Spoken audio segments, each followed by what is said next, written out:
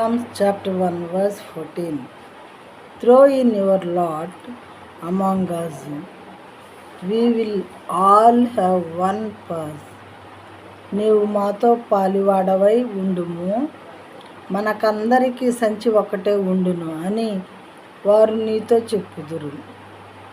చెడ్డవారు ఏం చేస్తారంటే, నువ్వు కూడా మాతో పాలివాడవై ఉండు, మా గ్రూప్లో చేరు, అప్పుడు మనందరికీ సంచి ఒకటే, అందరం కలిసి సంపాదించుకుందాము, ఆ తర్వాత వాటిని షేర్ చేసుకుందాము అని చెప్తారంట.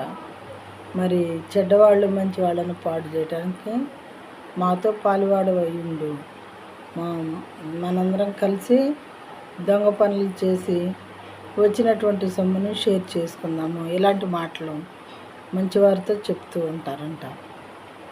అలాంటప్పుడు మంచివారు ఏం చేయాలంటే జ్ఞానం కలిగి ఆలోచించి అలాంటి వాటి నుండి తప్పించుకున్నట్లయితే దేవుని దీవెనలకు వీళ్ళు పాత్రలు అవుతారు.